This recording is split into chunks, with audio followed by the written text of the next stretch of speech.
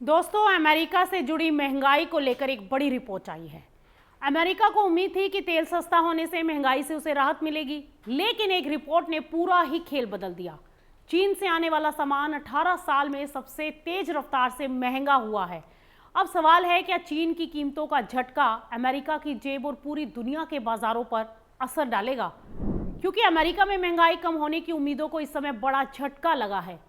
सरकार के ताज़ा आंकड़ों के अनुसार जून महीने में विदेश से आने वाले सामान की कीमतें घटने के बजाय 0.3% बढ़ गई, जबकि अर्थशास्त्रियों को उम्मीद थी कि तेल सस्ता होने की वजह से इंपोर्ट लागत कम होगी और कीमतों में गिरावट आएगी। लेकिन हुआ इसके बिल्कुल उलट। सबसे बड़ा झटका चीन से लग गया। जून में चीन से अमेरिका पहुंचने वाले सामान की कीमतों में 0.9% की बढ़ोतरी दर्ज की गई। ये जनवरी 2008 के बाद किसी एक महीने में सबसे बड़ी बढ़त है। यानी करीब 18 साल बाद चीन से आने वाला सामान इतनी तेजी से महंगा हुआ है।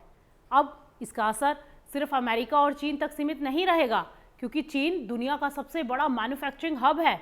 और अगर चीन से आने वाला इलेक्ट्रॉनिक्स, मशीनरी, कंप्यूटर और दूसरे सामान अगर महंगे होते हैं, तो इसका असर कंपनियों के खर्च और ग्राहकों की जेब पर पड़ सकता है।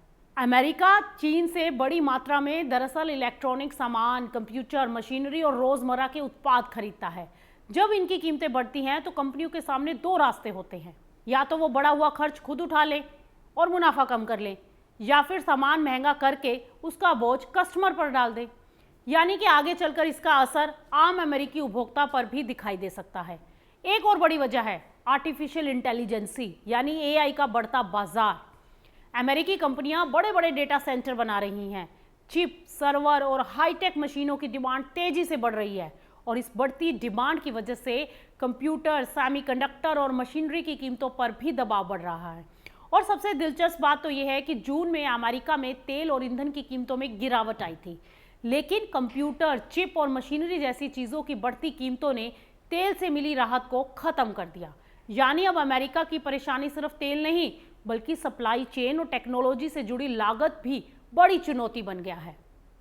अमेरिकी केंद्रीय बैंक फेडरल रिजर्व के लिए भी ये आंकड़े चिंता बढ़ाने वाले हैं, क्योंकि अगर इंपोर्ट कीमतें लगातार बढ़ती रही तो महंगाई को 2% तक लाने का लक्ष्य और मुश्किल हो जाएगा। और इसका मतलब ये है कि ब्याज दरों में कटौती का फैसला फिलहाल टल सकता है। और अगर अमेरिका में महंगाई लंबे समय तक बनी रही तो इसका असर पूरी दुनिया के बाजारों पर आएगा। Dollar, share market, commodity markets और वैश्विक व्यापार पर इसका असर देखने को मिलेगा। तो कुल मिलाकर अमेरिका को तेल से राहत की उम्मीद थी, लेकिन चीन, चिप और AI की बढ़ती लागत ने नई चुनौतियां उसके सामने खड़ी कर दी।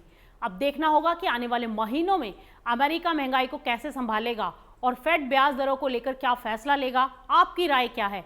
क्या चीन से महंगा सामान पूरी दुनिया की महंगाई बढ़ा सकता है? कमेंट करके जरूर बताएं।